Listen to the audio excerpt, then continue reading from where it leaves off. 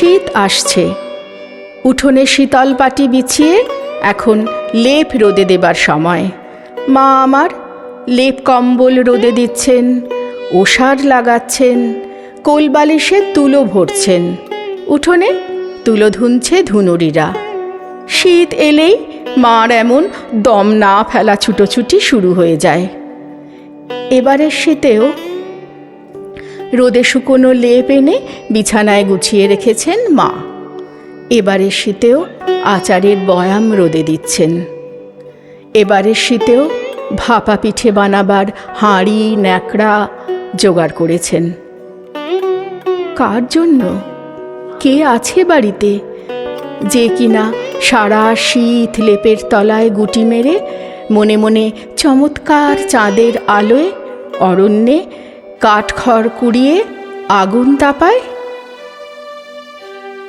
কে আছে বাড়িতে যার জন্য মিনিট পর পর ধোঁয়া ওঠা চা, মুড়ি ভাজা আর দুপুর হতেই আম বা জলপাইয়ের আচার, ভোরের খেজুর রস ও পিঠে পুলি?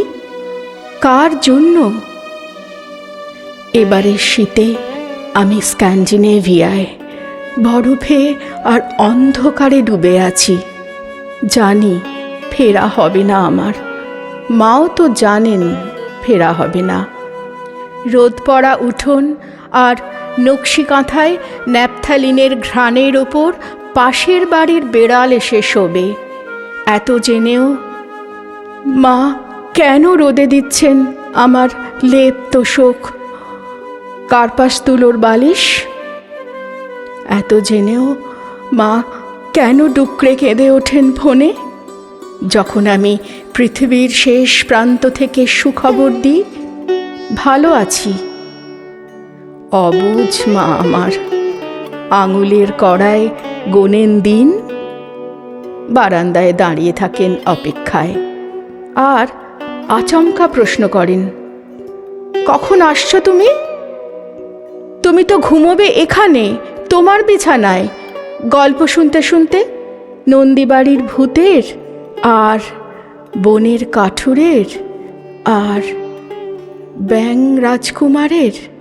আর মা কি আগামী শীতেও আমার জন্য আবার রোদে দেবেন লেপ তোশক আচারের বয়াম?